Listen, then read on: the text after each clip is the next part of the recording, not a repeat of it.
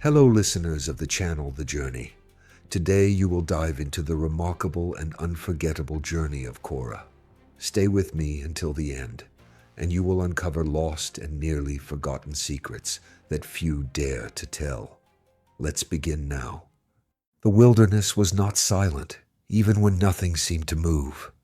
Wind crossed the sand in long, unbroken lines. The camp of Israel stretched across the desert in ordered clusters, each tribe living under the same uncertainty of travel and rest.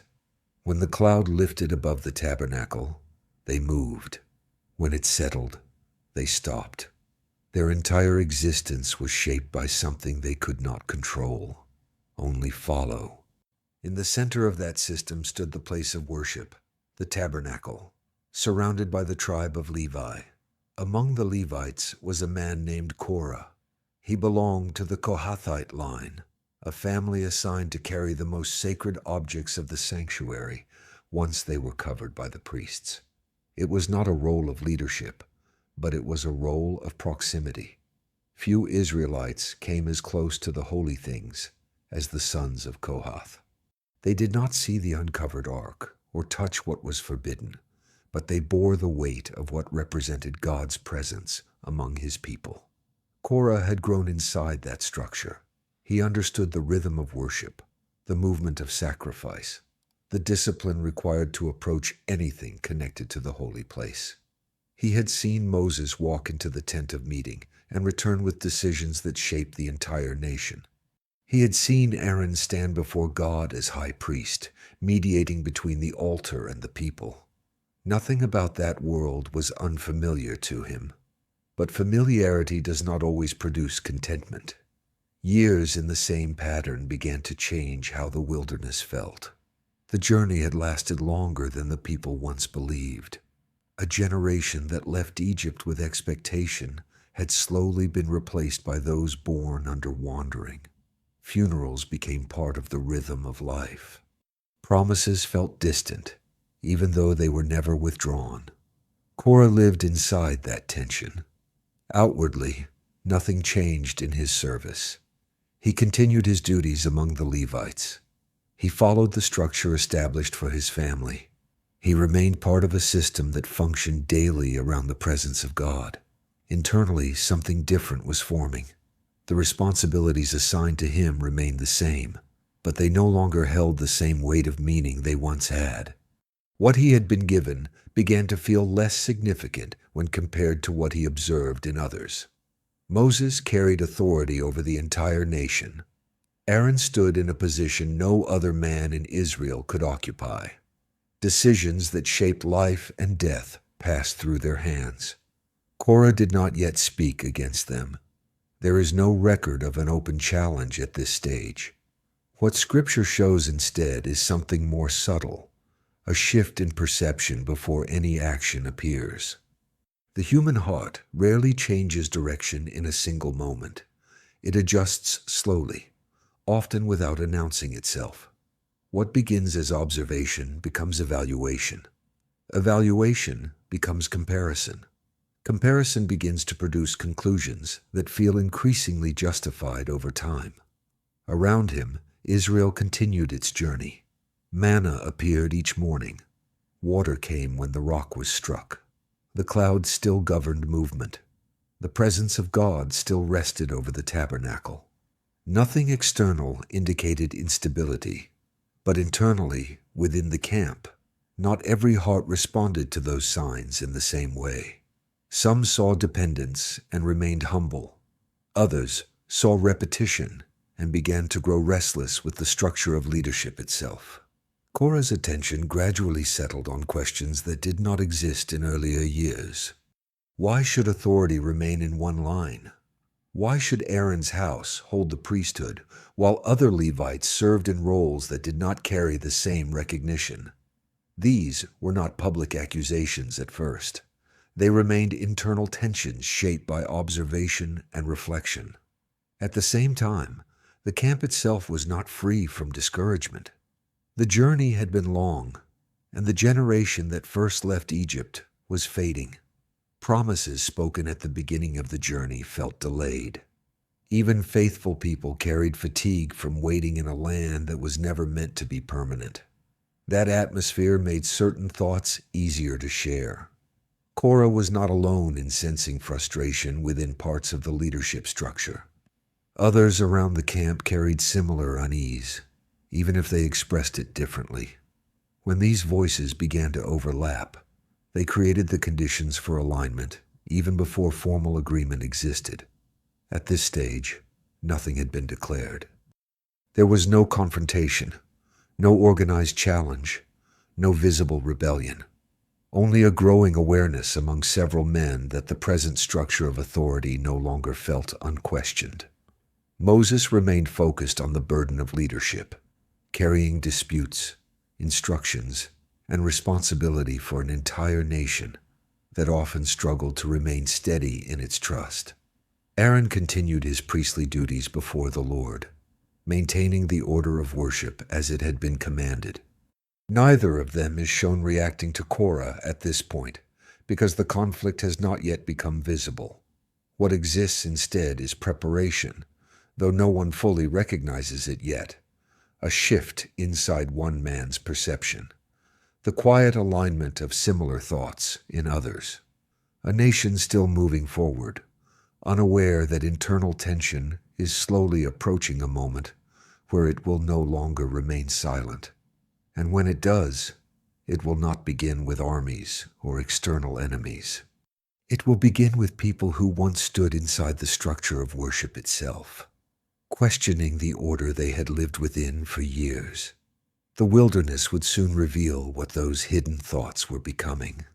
Before we continue, if you're finding this story engaging, consider subscribing to the channel, leaving a like, and sharing it with someone who might also appreciate this kind of content. Now, let's return directly to the narrative. Korah's thoughts did not remain isolated for long. In the life of Israel, proximity created familiarity, and familiarity often created conversation. The same desert routes, the same camps, the same long stretches of waiting between movements of the cloud shaped an environment where words traveled quickly and carried weight beyond their intent. Among the tribes, frustration had begun to surface in different forms. It was not always direct opposition. Sometimes it appeared as questions repeated too often, sometimes as comparisons spoken in private, sometimes as a quiet resistance to decisions that felt difficult to understand from the perspective of those waiting in the camp. Korah eventually found that what he had been thinking was not unique. There were others who viewed the structure of leadership with similar tension. Some came from respected families. Others held positions of influence within their tribes.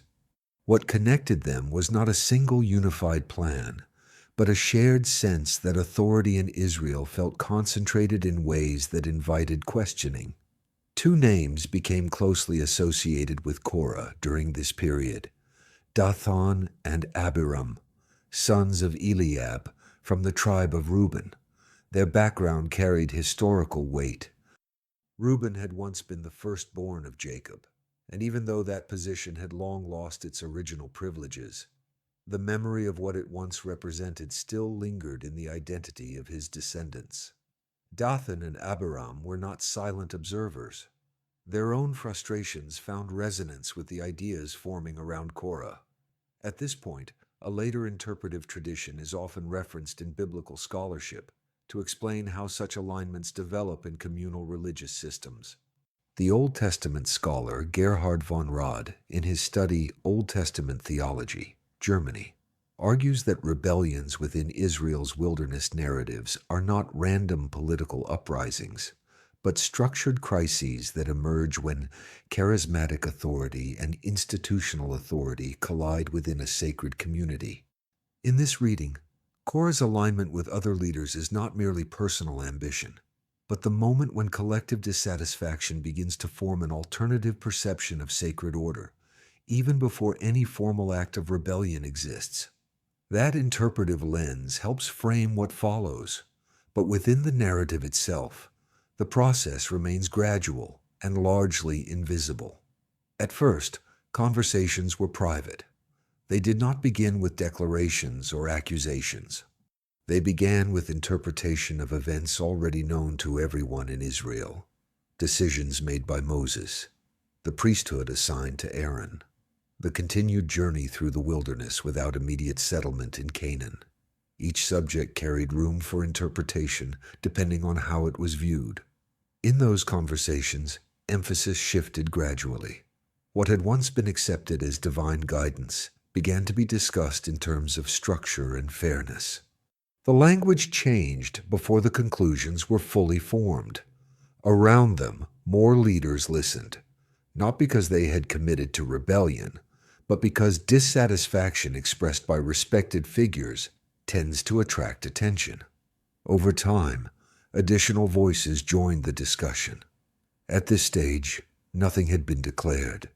There was no confrontation, no organized challenge, no visible rebellion, only a growing alignment of perception among influential voices. And beneath it, a shift that would eventually move from interpretation into action. By the time Korah's ideas began circulating more openly, the camp of Israel had already lived too long in uncertainty to treat every question as harmless. The wilderness had trained the people to listen carefully, because survival itself depended on responding correctly to the movement of the cloud and the commands given through Moses. Yet within that same environment, fatigue had also taken root. Years without entering the Promised Land created a quiet pressure across generations. People who left Egypt with expectation now lived with memory. Those born in the wilderness inherited not only faith, but also the weight of waiting for something they had never personally seen. It was in this atmosphere that Korah's perspective began to stabilize into something more defined. What had been internal reflection and private conversation now began to take the shape of a recognizable position among a growing group of leaders. The shift was not announced through formal declarations. It appeared instead through repetition, ideas expressed often enough that they began to sound like shared understanding. Korah was no longer only thinking, he was being heard, and others were no longer only listening. They were beginning to agree.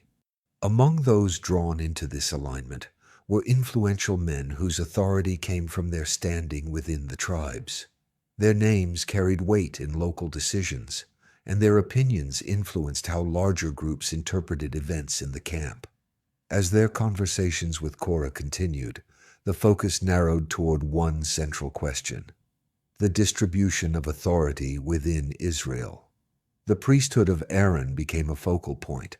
So did the leadership of Moses.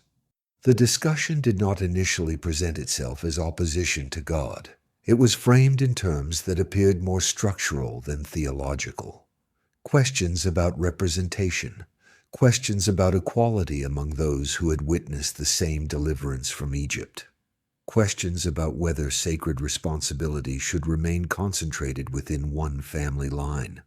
These ideas gained traction not because they were declared loudly, but because they were repeated within circles of influence.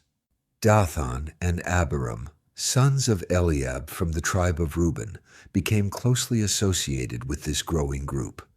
Their presence added another layer to the discussion. Reuben, as the firstborn of Jacob, carried historical significance within Israel's identity, even though that status no longer held the authority it once had. That legacy created emotional depth in how they perceived leadership structures.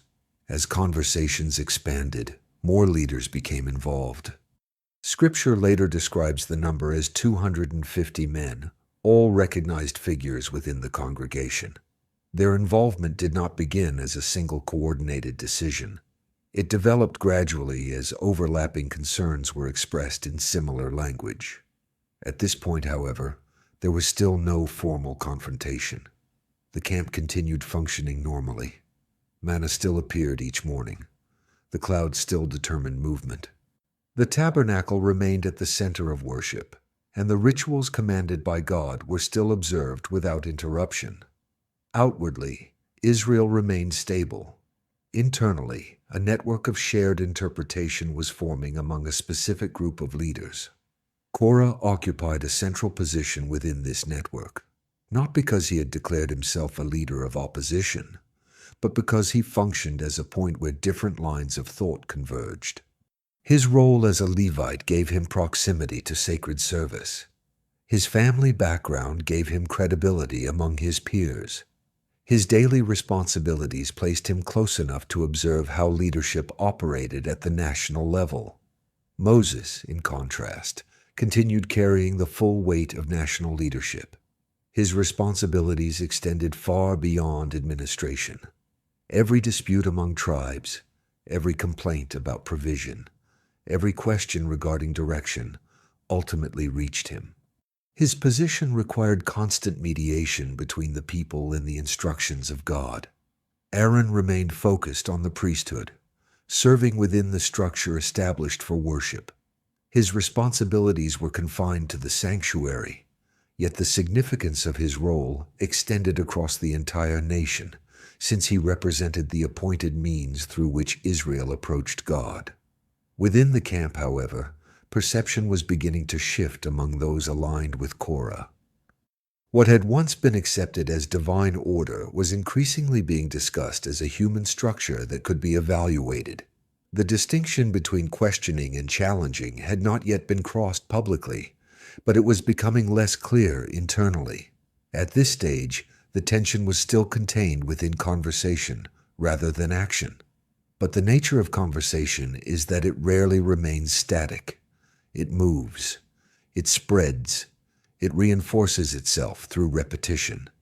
And once a shared perspective forms among influential voices, it eventually seeks expression beyond private settings. The wilderness, with its long seasons of waiting and its constant reliance on unseen promises, provided the conditions in which such a shift could take place without immediate disruption. What had begun as private interpretation was now approaching a point where it would demand a response. The next stage would no longer remain confined to discussion. It would move toward confrontation. The moment did not arrive suddenly. It formed through accumulation, as conversations that had once been private moved closer to a shared conclusion. What had circulated among smaller groups of leaders gradually reached a point where silence was no longer possible. The discussion around authority in Israel had developed enough weight that it demanded direct expression. Korah stepped into that moment with others beside him. By this stage, the group was no longer loosely connected.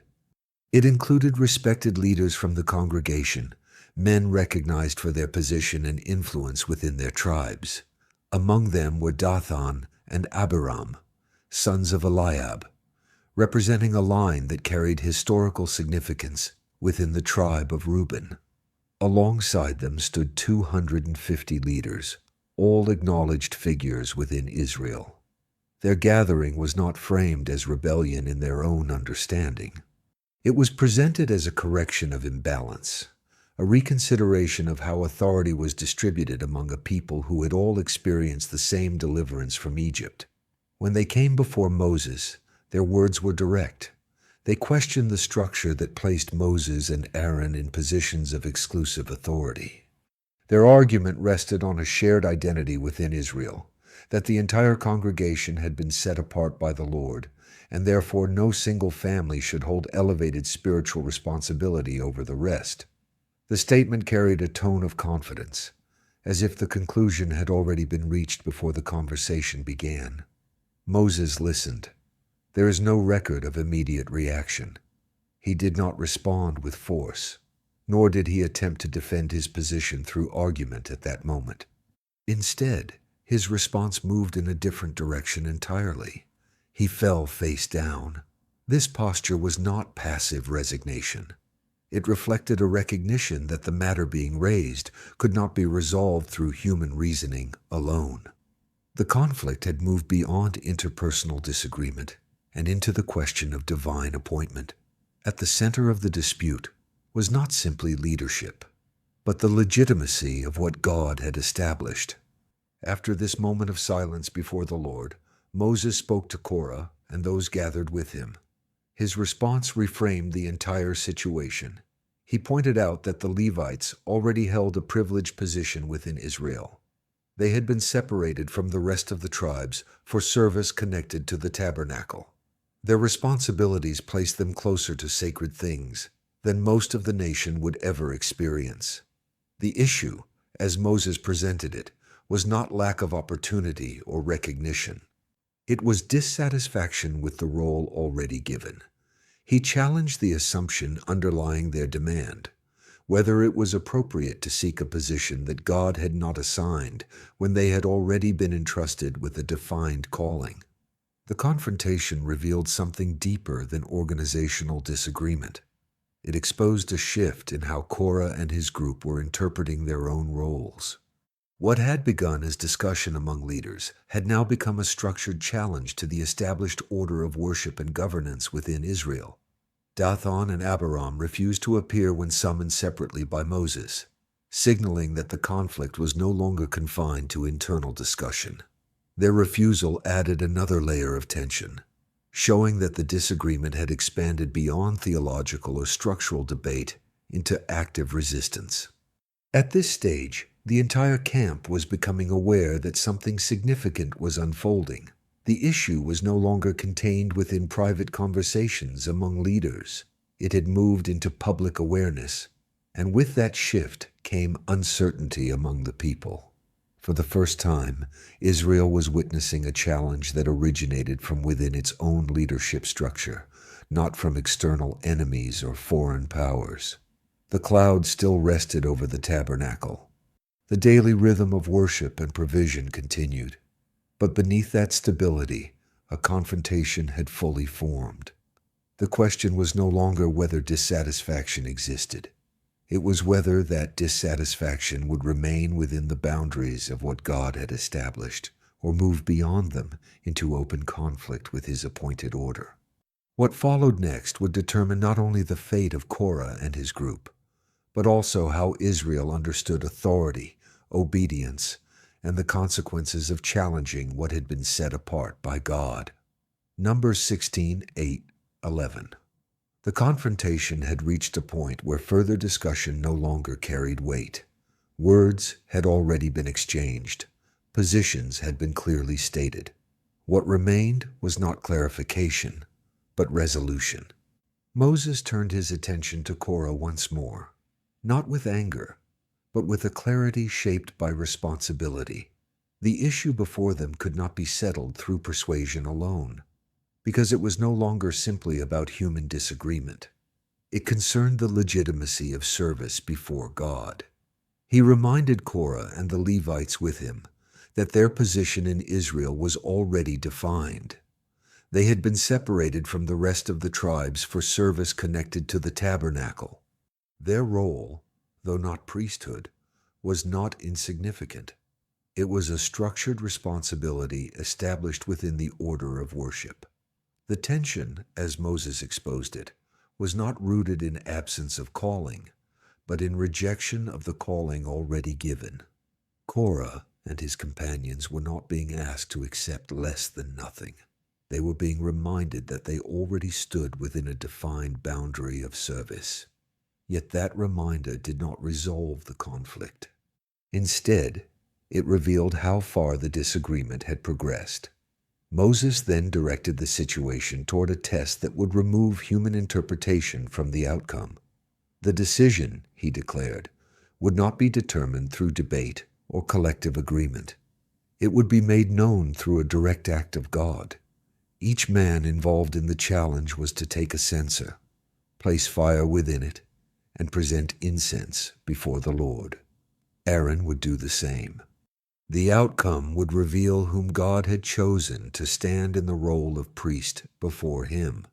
The instruction introduced a moment of finality into a situation that had been building for some time. Korah accepted the framework of the test, as did the group of leaders with him. The 250 men prepared their censers. Aaron also prepared his, according to Moses' command. There was no longer room for additional argument. The confrontation had moved from speech into action. As the preparations took place, Moses turned again to Korah with a final question.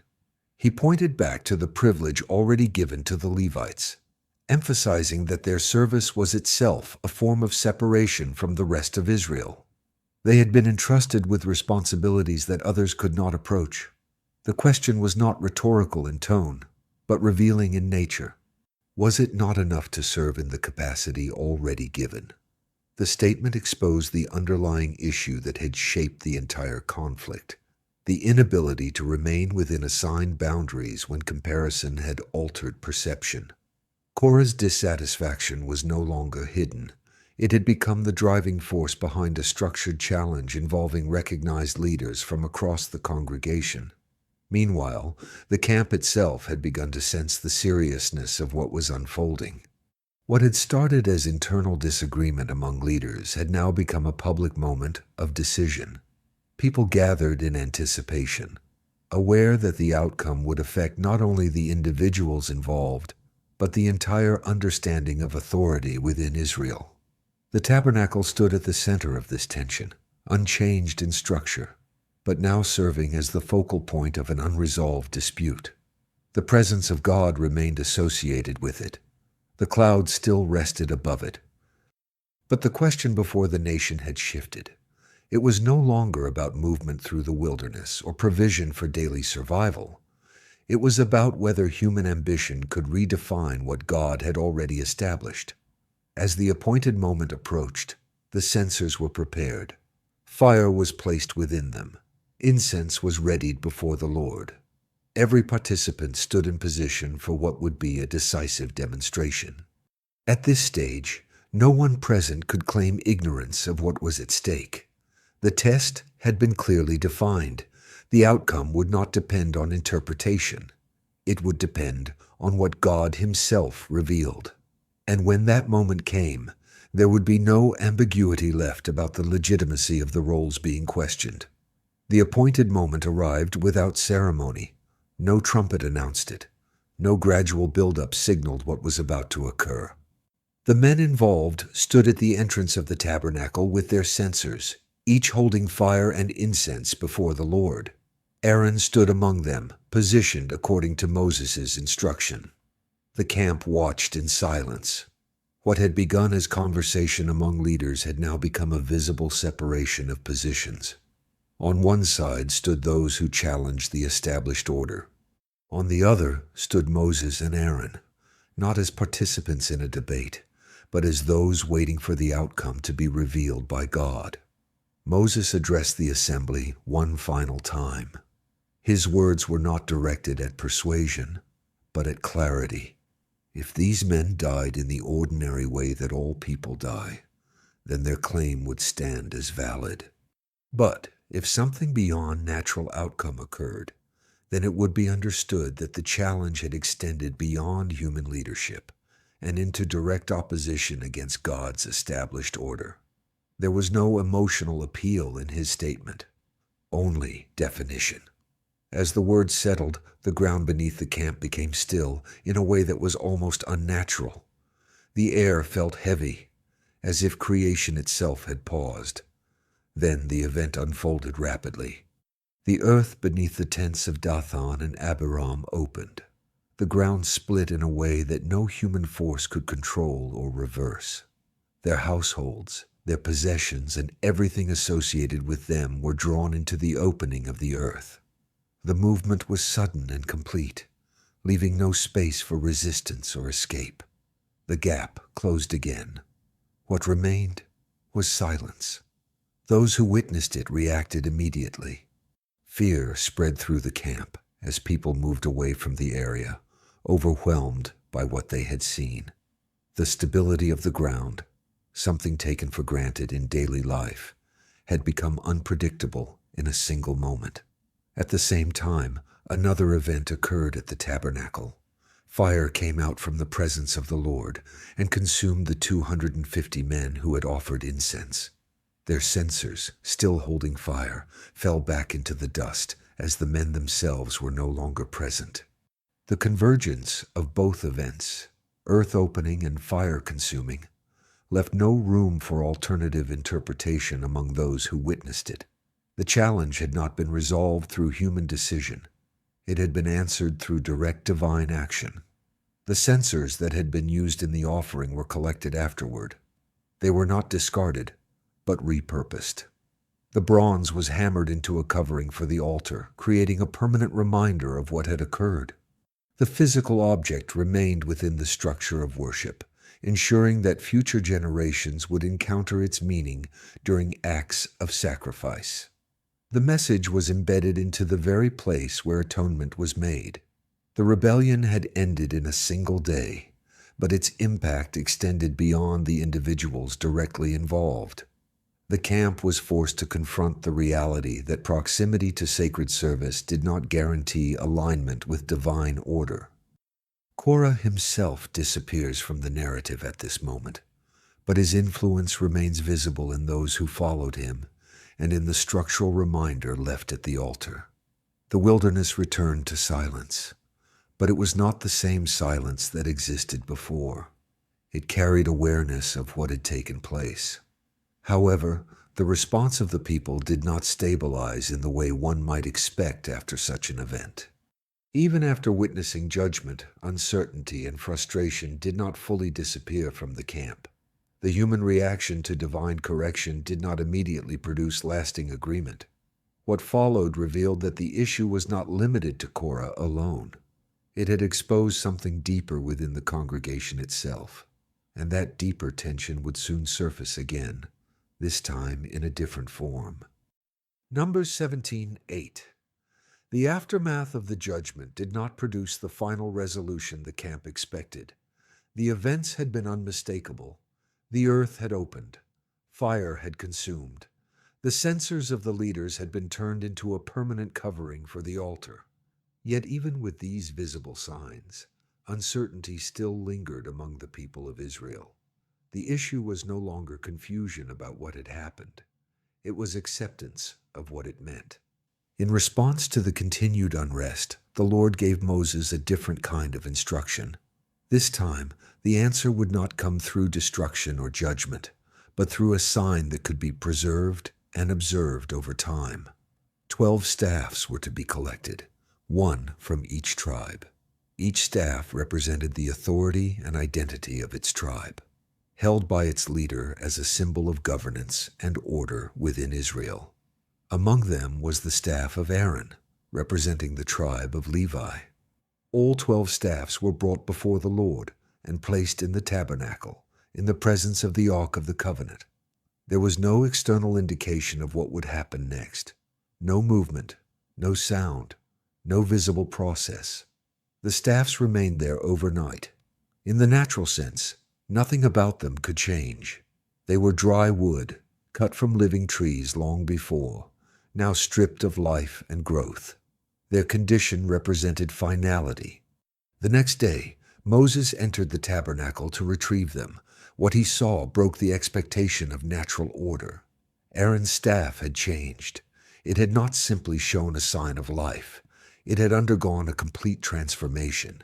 It had sprouted buds, produced blossoms, and even developed ripe almonds.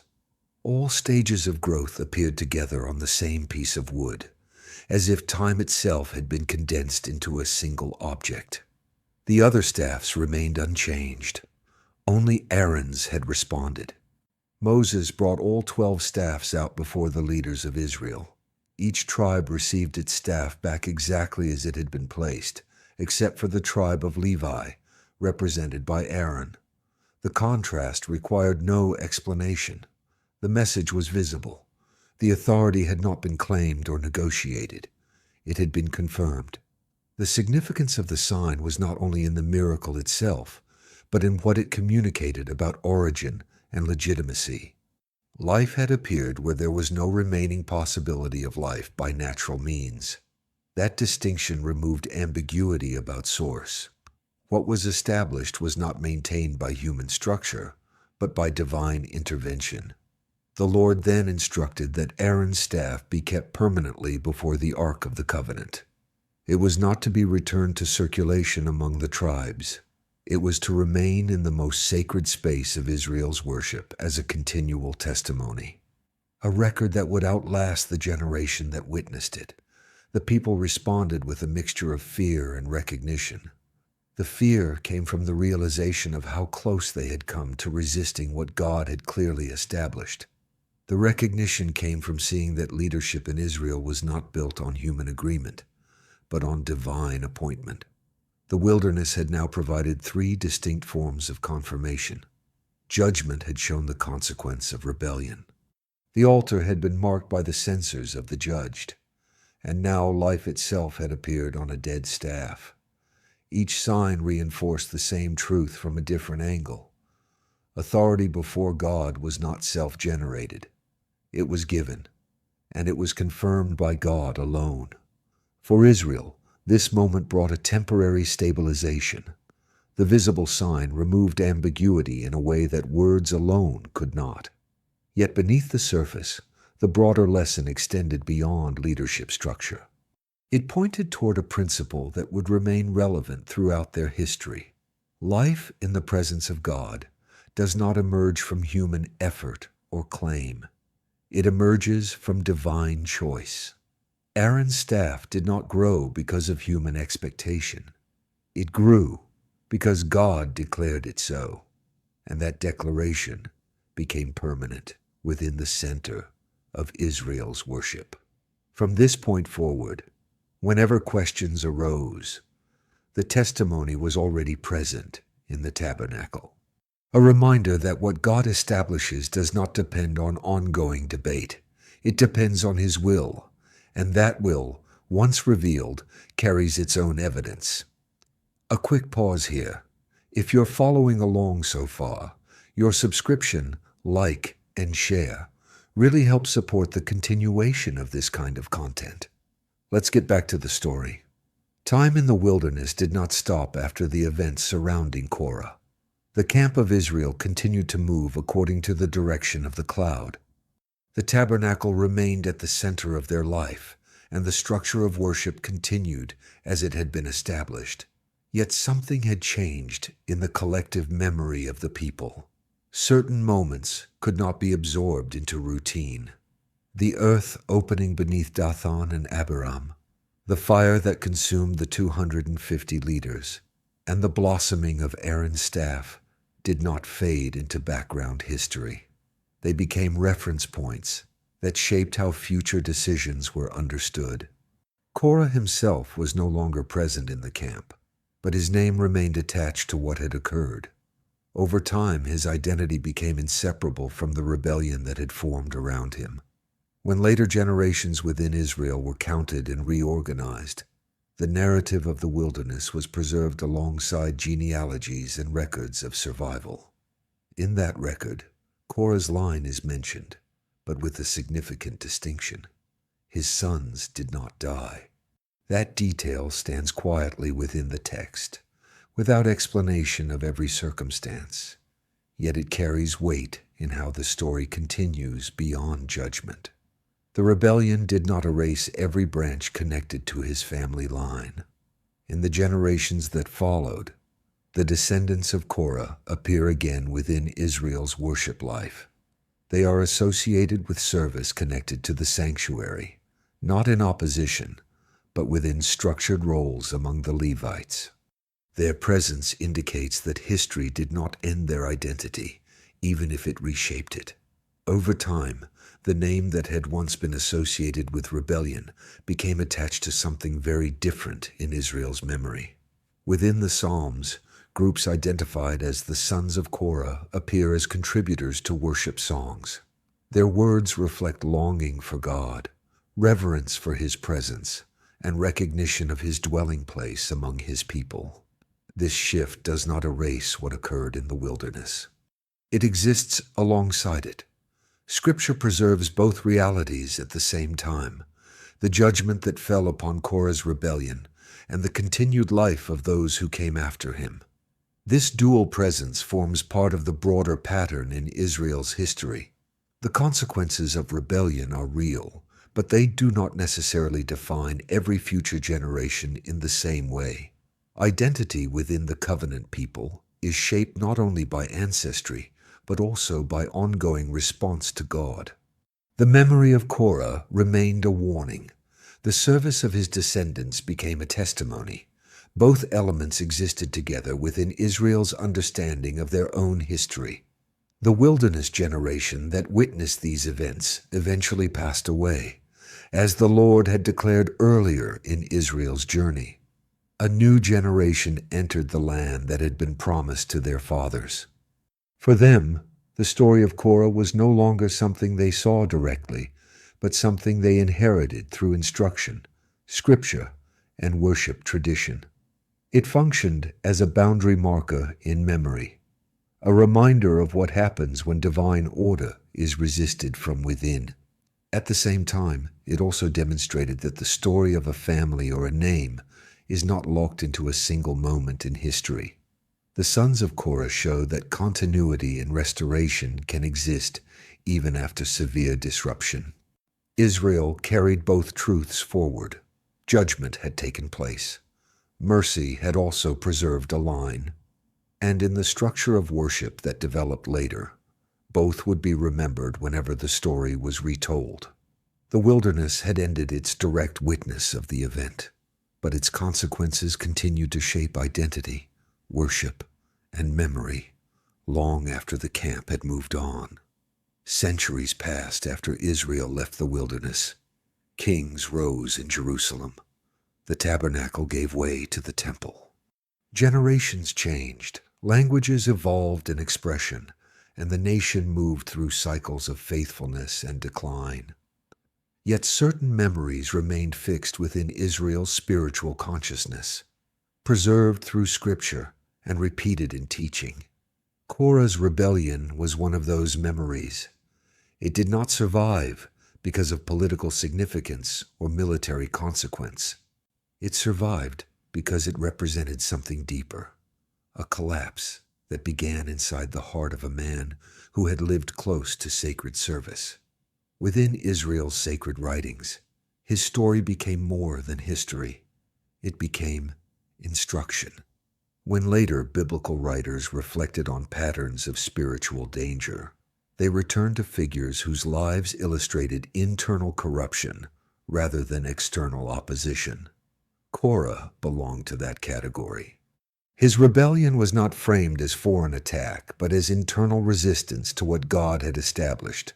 The New Testament preserves this memory in a concise but direct form. In the letter of Jude, written to warn early believers about spiritual distortion and false guidance, Korah is referenced as an example of rebellion against divine authority. The comparison is not detailed in narrative form, but it is deliberate in meaning. His name appears alongside others whose actions reflected similar rejection of God's order. The warning is not limited to a historical event. It becomes a pattern. The significance of this reference lies in how Korah is remembered. He is not described as someone who lacked knowledge of God. He is remembered as someone who moved within a covenant community, participated in its structure, and still reached a point of opposition from within. That internal dimension gives his story its lasting weight. It is one thing for a nation to face external enemies. It is another for conflict to arise from within those entrusted with service. The letter of Jude uses Korah's rebellion to illustrate that spiritual danger can emerge when authority is resisted not from ignorance, but from reinterpretation of what authority should be. This places his story within a wider biblical theme.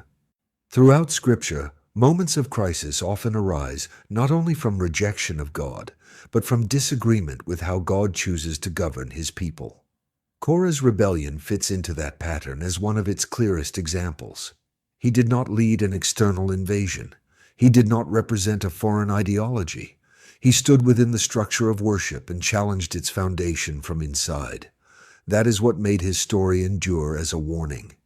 In later reflection within Israel, the lesson became increasingly defined. Authority in the covenant community was not presented as a human arrangement subject to collective approval. It was understood as something established by God, carrying consequences when resisted. Korah's life became an illustration of what happens when perception replaces submission, and when comparison reshapes understanding of calling. At the same time, the broader narrative of Scripture does not reduce his story to condemnation alone. The existence of his descendants within Israel's worship tradition introduces a parallel line of continuity. Judgment and preservation exist side by side in the biblical record, without contradiction. One line ends in warning, another continues in service. Together, they form a complete historical memory. As Israel moved through later periods of its history, the name of Korah functioned less as a personal identity and more as a reference point. It signaled a moment in which internal disagreement escalated into visible rupture, followed by unmistakable divine response. For readers of Scripture, especially those encountering these texts in later generations, the story operates on multiple levels. It is historical, it is theological, it is cautionary, and it is reflective of a recurring tension within human communities that seek to live under divine instruction while still managing internal differences in perception and desire. Korah's rebellion, as remembered in Jude, is not presented as an isolated incident disconnected from other biblical warnings. It stands alongside other examples of internal distortion of spiritual responsibility. Its inclusion in that list confirms its lasting relevance.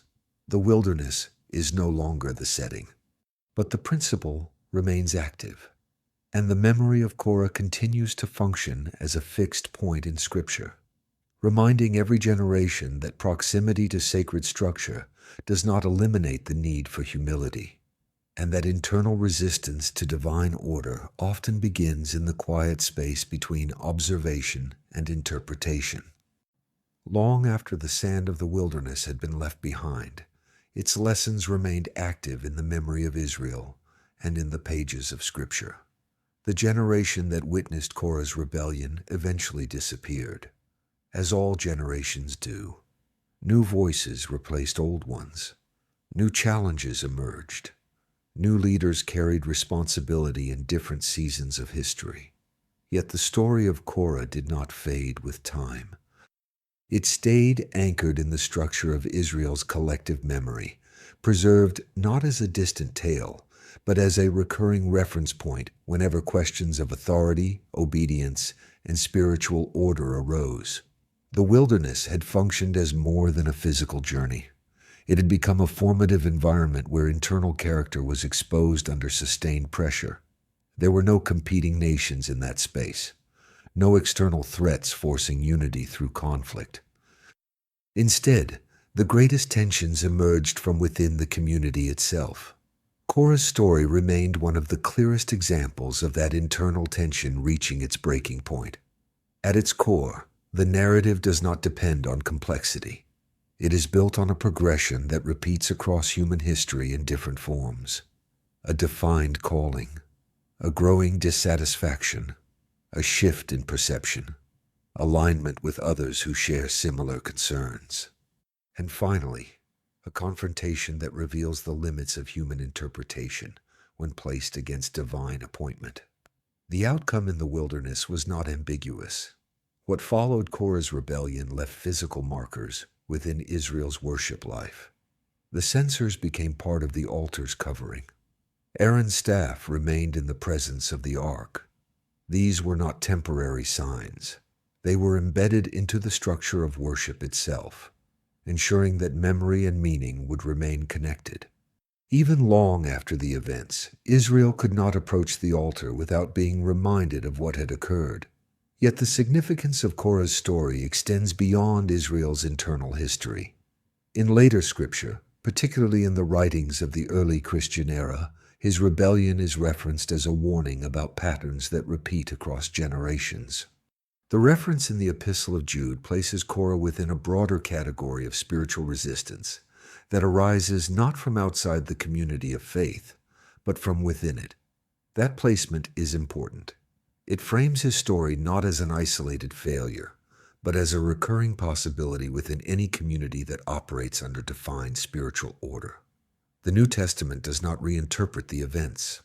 It assumes their historical reality and uses them as a lens through which to understand similar patterns in later contexts. In that sense, Korah's story becomes part of a continuous thread of instruction, moving from ancient Israel into later communities that still wrestle with questions of authority and submission. At the same time, the broader biblical narrative maintains a careful balance. Korah is remembered in judgment, but his descendants are also remembered in service. That coexistence prevents the story from becoming one-dimensional. It preserves both consequence and continuity within the same historical framework. The sons of Korah, later associated with worship traditions and psalms within Israel, demonstrate that a past marked by failure does not eliminate the possibility of future faithfulness for those connected to it. Their presence within worship life shows that history can carry both warning and restoration at the same time, without contradiction. This dual memory shapes how the story functions across generations. It warns against the internal formation of rebellion. It also preserves the possibility of continued service within a different response to God. As the narrative closes, the wilderness itself becomes symbolic. It is no longer just a geographic location. It represents a condition in which truth is tested over time, where hidden intentions surface, and where the difference between external participation and internal alignment becomes visible. Korah's story remains within that landscape as one of its most defining accounts, not because of its complexity, but because of its clarity. It shows what happens when perception shifts away from gratitude and toward comparison, when interpretation replaces submission, and when internal disagreement is allowed to grow until it becomes public conflict. For every generation that reads it, the account serves the same function. It does not exist to entertain or to merely recount history. It exists to expose a recurring human pattern, and to preserve the memory of what it leads to when it reaches its final form. The wilderness is no longer traveled in the physical sense, but its lessons continue to move through time, and the story of Korah remains fixed within it, as both a warning and a testimony, preserved in Scripture for every generation that follows.